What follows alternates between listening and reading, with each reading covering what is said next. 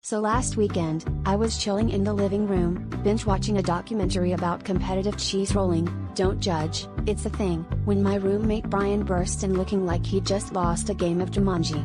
He was clutching a half-empty jar of peanut butter and muttering about the invasion. Initially, I thought he finally snapped over my habit of leaving socks everywhere, but no, Brian had declared war on the ants that had recently discovered our kitchen. Brian, being the type of guy who brings Excel spreadsheets to bar trivia, didn't just lay down a few ant traps.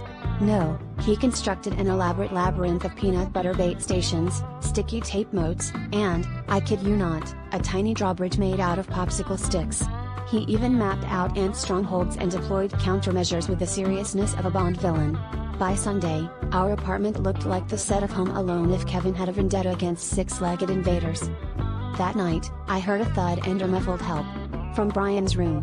I rushed over and found him standing on his desk, surrounded by a fortress of sticky tape and overturned peanut butter lids.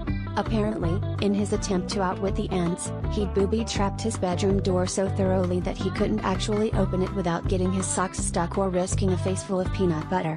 Meanwhile, a trail of ants marched right past him, completely ignoring his defenses, heading straight for his stash of emergency chocolate. As I handed him a spatula to pry himself loose, Brian sighed and admitted defeat. Next time, he said, I'll just ask the ants for a truce. I told him not to feel too bad. After all, the ants clearly had the upper hand in this war. Or, as I put it, Brian, I think you just got outmaneuvered by a bunch of tiny generals with an army of priv ants.